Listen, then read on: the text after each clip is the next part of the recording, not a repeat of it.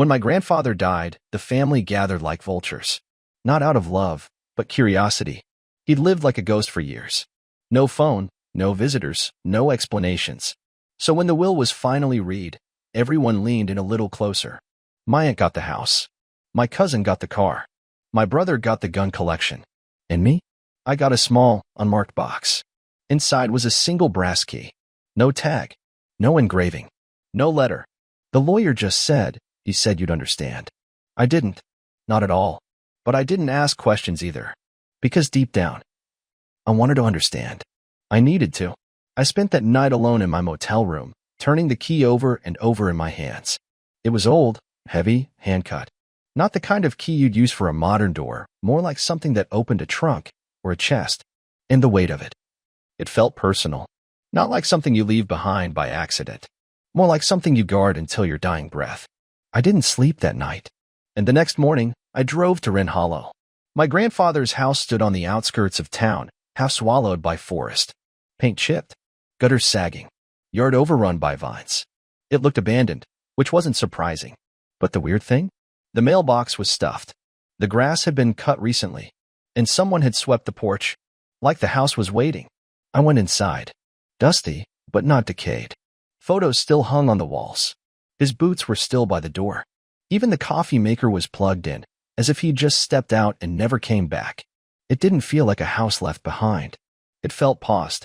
I searched everywhere. Drawers, closets, basement, attic, looking for a lock that matched the key. Nothing. Until I saw the painting. It hung above the fireplace, a dreary landscape of the forest out back. But something about it was off. The trees were too tall. The shadows too deep. And right in the middle was a door. Not part of the forest. Not part of the painting. Just a door. Standing upright in the middle of nothing. I grabbed my flashlight, left for the back gate, and headed into the woods. It was nearly sunset, but I didn't care. Something was pulling me forward. Not fear. Not even curiosity. Just instinct. And then I found it. Not a cabin. Not a bunker. A door. Freestanding. Wooden. Weathered. Rooted into the forest floor like it had grown there. And on it, the exact same keyhole from my box. I inserted the key. It clicked.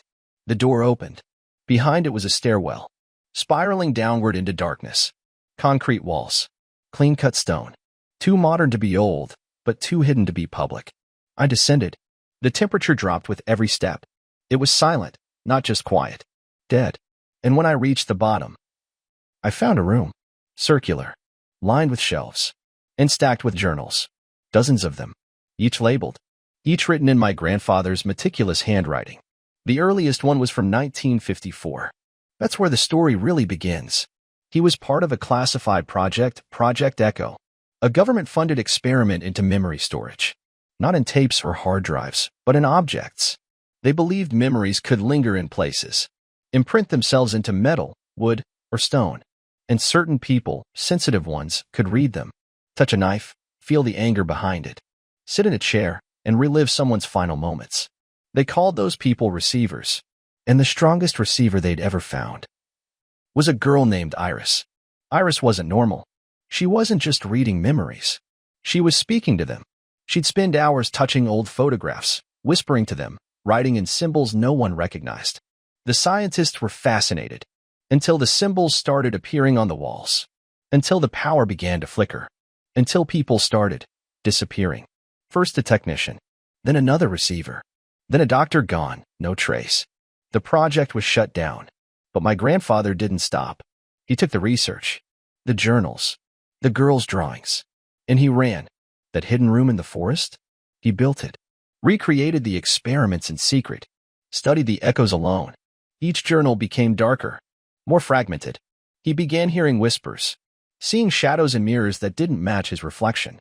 He wrote about the town, how Wren Hollow was chosen, a place where the barrier between memory and reality had worn thin, where echoes weren't just fragments, but living things, some helpful, some hungry.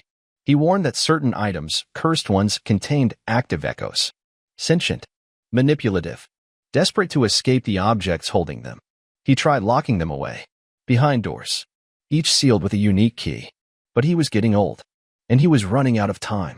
His final entry was just 2 sentences. I can't hold them back anymore. They need a new keeper. That's me, whether I chose it or not. Over the next several weeks, I returned to the forest every night. Each time, I found new,